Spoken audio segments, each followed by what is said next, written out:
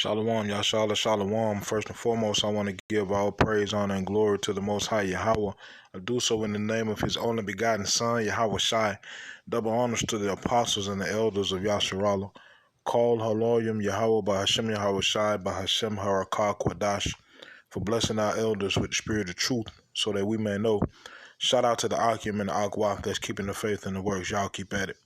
It's your brother Abai coming at you with more precepts. It's the book of Isaiah, chapter 19 and verse 2. It says, "And I will set the Egyptians against the Egyptians, and they shall fight every one against his brother, and every one against his neighbor, city against city, and kingdom against kingdom." All right? It says, "And the spirit of Egypt shall fail in the midst thereof, and I will destroy the counsel thereof, and they shall seek to the idols and to the charmers and to them that have familiar spirits and to the wizards." The Most High said He's going to set these individuals up against each other, and in the midst of doing so, Egypt will fall. And based off of modern day events, as recent as the election of Trump, it's been a split that can't be hid behind smiles and fake kindness. Cat's out the bag. All right, so with that being said, I'm gonna let this video play and I'll be back. In this episode, we meet the team that uncovered how conspiracists turned President Trump's big lie Bad things happen in Philadelphia.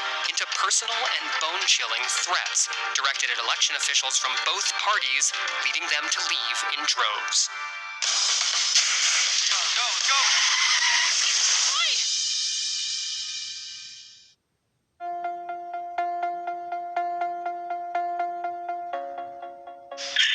Hey, Rick. 234 years ago, the founding Caucasian fathers of America gave us the Second Amendment. Time's running out, Richard. We're coming after you and every motherfucker that stole this election with our Second Amendment. Subpoenas be damned.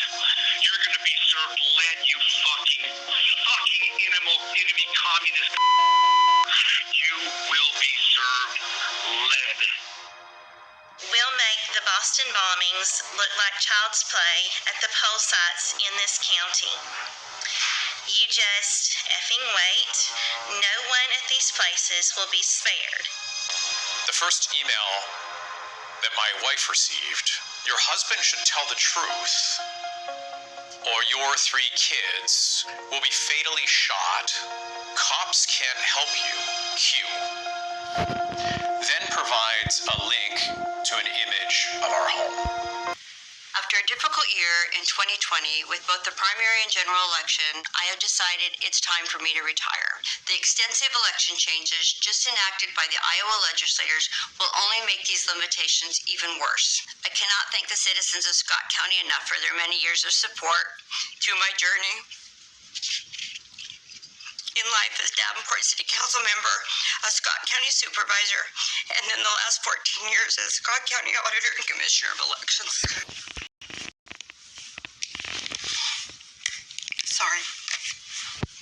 I'm capable of taking quite a bit, but 2020 was a little too much for me at my office, and the criminalization of what might be a mistake just really cemented it for me.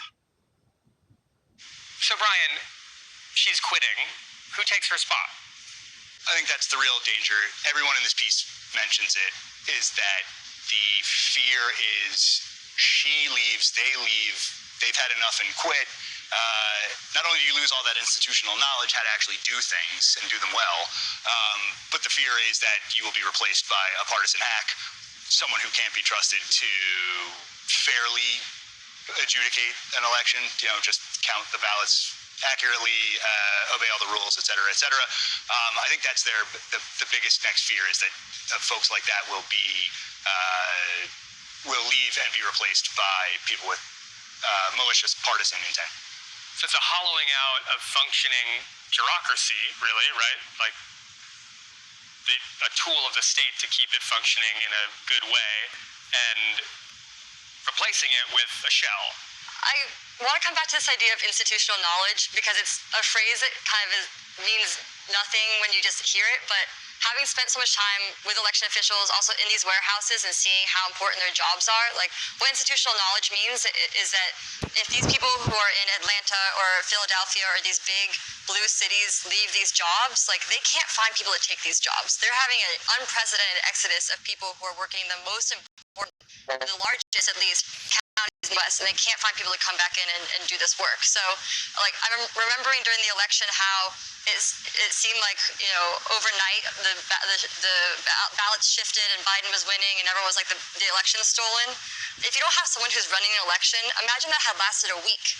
Imagine there actually was evidence of voter tampering or voter fraud and how much that's going to affect people's confidence in the voting system. Like, I think there is a huge risk of scary people coming in or people who have partisan interests coming in to take these jobs, but there's also a huge risk in that if this process is done poorly, it's going to breed a lot more cynicism and a lot more distrust in a system that then... All right, so as you saw, these elected officials are they are receiving death threats. They're receiving death threats. And it ain't because they just got a job. It's because of the legislation that keeps passing. It's because of the different unfair acts that their own citizens are seeing and are speaking out against in a violent way, because we are speaking about Esau. They live by the sword and die by it. But at the end of the day, the Most High said this is going to play a part in the civil war that's going to happen in this place. It's going to be straight up chaos, man. Right? People are not going to be paying attention to no laws or no governors or no senators or nothing like that when that time comes. And we seeing glimpses of it. But we're seeing everything else happen at the same time. So a lot of times we tend to, glance over things as such. But script says it's only going to get worse and worse and worse, man, like a woman in travail. But this is the book of Psalms, chapter 94 and verse 20. It says, shall the throne of iniquity have fellowship with thee, which frameth mischief by a law? Right? It's these draconian laws that got the people in an uproar. And it's only going to get worse. All right? Let's go to the book of 2nd Esdras. 2nd Esdras, chapter 15. And verse 14 says, woe to the world and them that dwell therein. Right? For the sword and their destruction draweth nigh, and one people shall stand up and fight against another, and swords in their hands. For there shall be sedition among men in invading one another. They shall not regard their kings nor princes, and the course of their actions shall stand in their power. Right? A man shall desire to go into a city and shall not be able. For because of their pride, the city shall be troubled. The houses shall be destroyed, and men shall be afraid. A man shall have no pity upon his neighbor, but shall destroy their houses with the sword and spoil their goods because of the lack of bread and for great tribulation. The legislation, man, right, that entices emotions based upon economics, right, based upon right and wrong, and each individual's view of such, right? I said the so-called white man want their America back. They want that good old, sweet home apple pie America, and they want it to last forever and ever and forever and ever. But it ain't written that way, right? It's written so that the higher-ups try to change the world forcefully through legislation that will be tied to economics, that will create a divide of people that will abide by and people that refuse to. And ultimately, it landing some individuals in jail, some individuals to die, right? But at the end of the day, the division will be set. This is Dapu 7. want to make people aware of what has been tucked away inside of this NYC Assembly bill, this 416. Now, New York has been very tyrannical on many different levels, and probably will continue to be. And we've seen places like Australia snatching people up, sending them to camps, all tied in with this whole orchestration. Now, inside of this bill out of NY State, we can see the language going along the same lines, talking about taking people and holding them in a facility if the government believes that they have some kind of disease or a variant of the disease. Then they go on to talk about not only a disease, but if you scroll down, and I'll leave a link where you guys can go and you can check this out and you can read it for yourself, you will see where they start talking about persons that have been contaminated with amounts of radioactive material or toxic chemicals, such that the individual may present a danger to others. They are to undergo decontamination procedures. And then upon request, they'll be afforded an opportunity to be heard, but the provisions of the subdivisions 2 through 11 of this section shall otherwise apply. So they're going to force us. They'll listen to what you got to say. They're saying, but is that going to count? Probably not. If they say that you have a disease, or if you have been stricken with radioactive material here or toxic chemicals, how is that going to come about? Oh, I'm sure all the ideas and theories are going to fly on this. Just know that this is what they've concocted and cooked up. All right.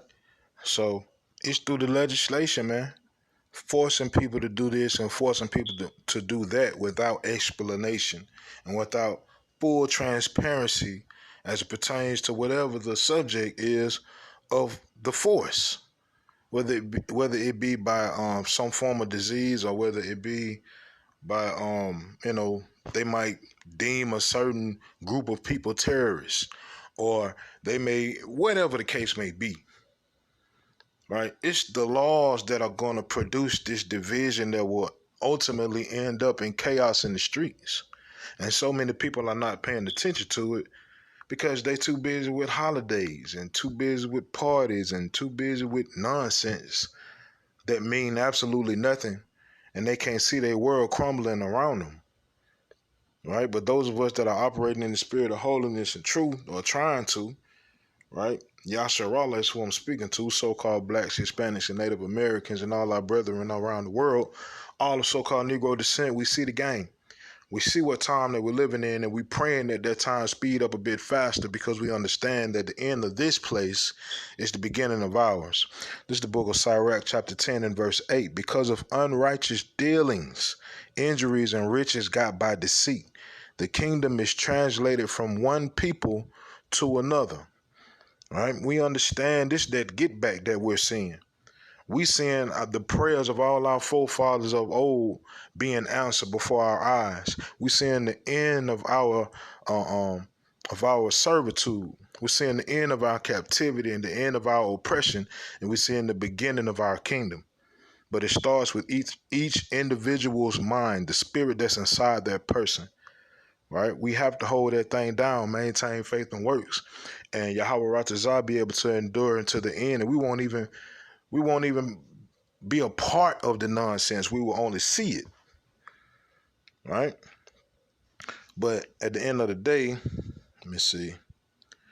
This is the book of 2nd Esdras, chapter 6. And where I want to start. I'll go straight to the point. Chapter 6, verse 9. It says, "For Esau is the end of the world." This world that we living in, this is Esau's world. This ain't your world, Jacob. This ain't your world, Israel. Right? We in captivity. We prisoners of war. Right? It says, "For Esau is the end of the world, and Jacob is the beginning of it that followeth."